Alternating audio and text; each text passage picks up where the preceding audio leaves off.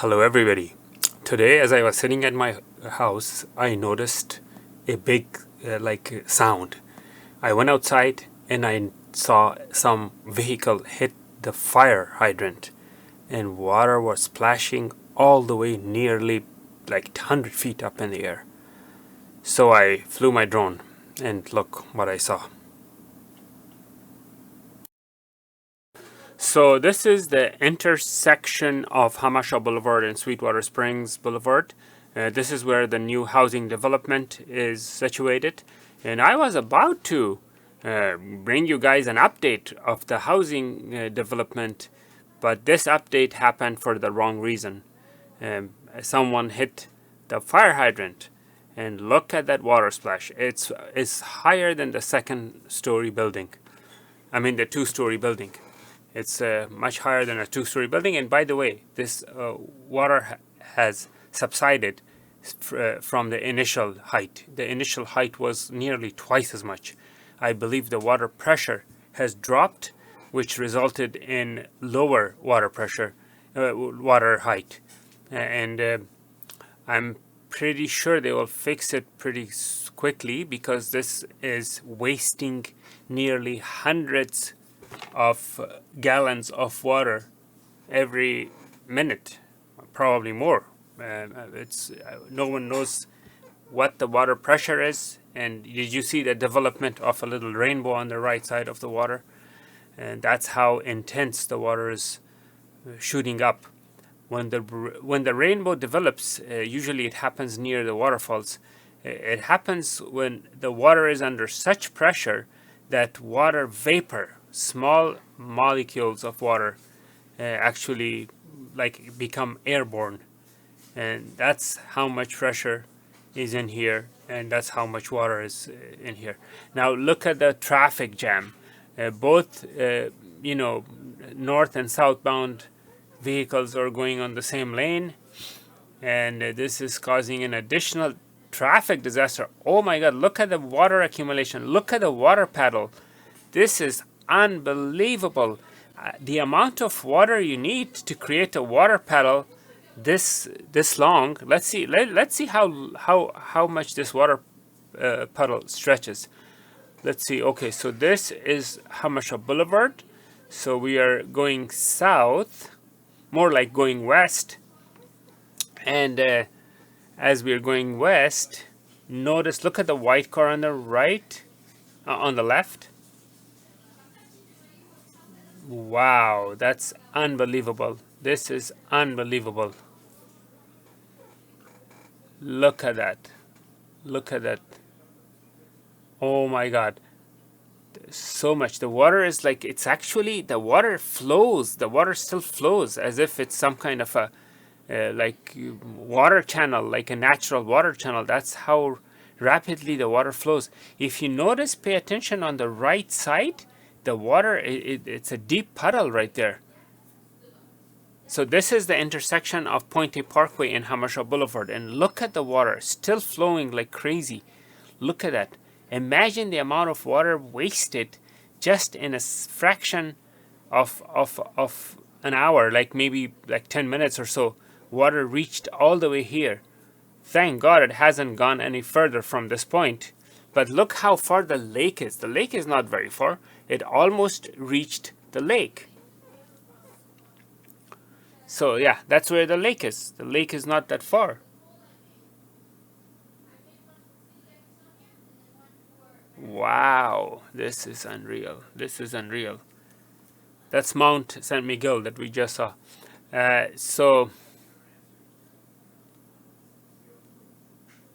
Okay, so I see the vehicles coming from the top are the Pointe Parkway traffic, and they have no idea what's in store for them.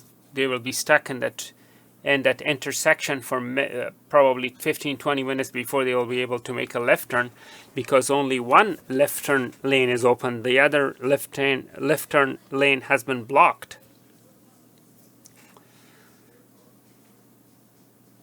And look at the amount of water in the community, in the new housing development.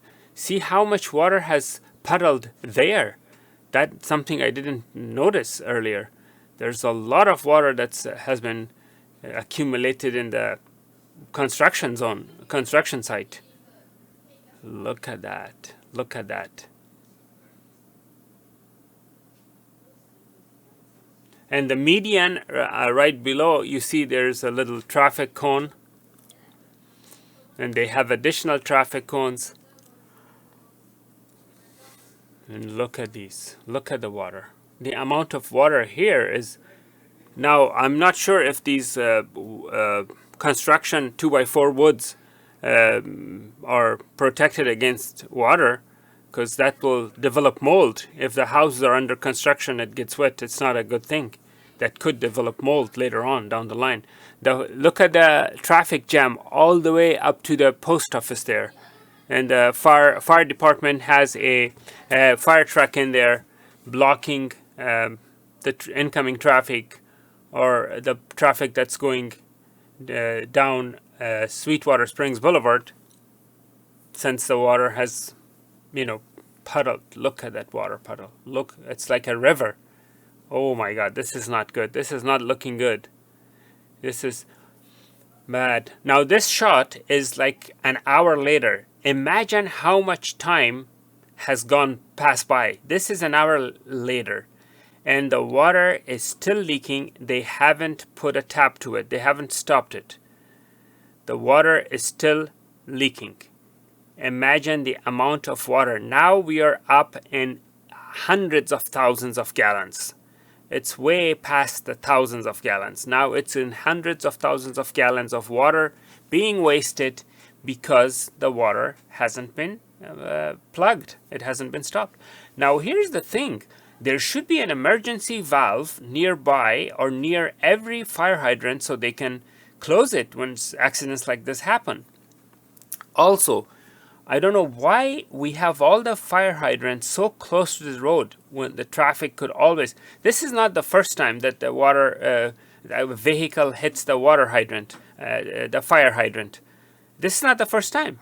Many times we've noticed it time and time again that vehicles are crashing into fire hydrants, and we have tons of water wasted when we are not doing anything about it. We are not. We should have like concrete blocks around it, or we should have like metallic poles, strong poles that can handle a vehicle collision. That's what we have around, junctions of natural gas. We have some kind of a cage. Most natural gas valves are protected with a cage around it. Now the water should be treated. Now that's, of course, the natural gas is dangerous because it could cause fire. But at the shortage of water that we have here in California, now this water waste is just equally as dangerous. This is drinking water. This is fresh water. Imagine how much water is being wasted. This probably the equivalent, the water that is being wasted here is equivalent of this whole 2 housing project homes spending in a whole month. So this is not good. And what I don't understand is if the fire hydrants have a water meter. If it does, obviously the water cost is coming out of taxpayers' pocket, because the meter is probably running overtime with this kind of a water leak. Look at that. That's unreal. Now it's more than 1 hour. Now we are at mark 1.1 hour, and there is no stop to that water, which is sad. Meanwhile, while the water is leaking, let me give you a quick residential housing project progress update. So as you can see, the progress is coming along very good. I mean, the houses have near completion. All the road structures are done, the street structures, and yeah.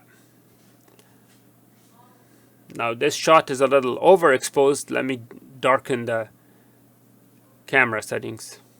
There you go. It's much better.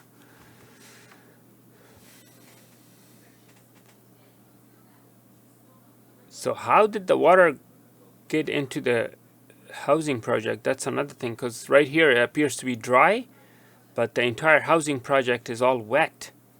How did the water get in there? We don't know. hopefully they can shut this water flow, because this is wasting a lot of water. Now we have reached 1 hour and 30 minutes from the time of impact or accident where the water started leaking. So we are at 1 hour and 30 minutes. Look at that stop sign. You see that on the left side of the water, you see the stop sign with the street name on it. It's being like barely being visible. It's unbelievable. This shouldn't happen. This is so preventable. We should have water hydrants further away from the sidewalk, more like further away from the road and sidewalk. And if out of necessity it must be very close to the road, then it should have poles or concrete blocks around it to prevent such accidents. Now, if you tell me that if they move it too far away from the street, the fire trucks will not see it, that is not true, because wherever you have a fire hydrant, on that exact spot on the street, there is a blue reflector, a blue reflector on the street or on the road.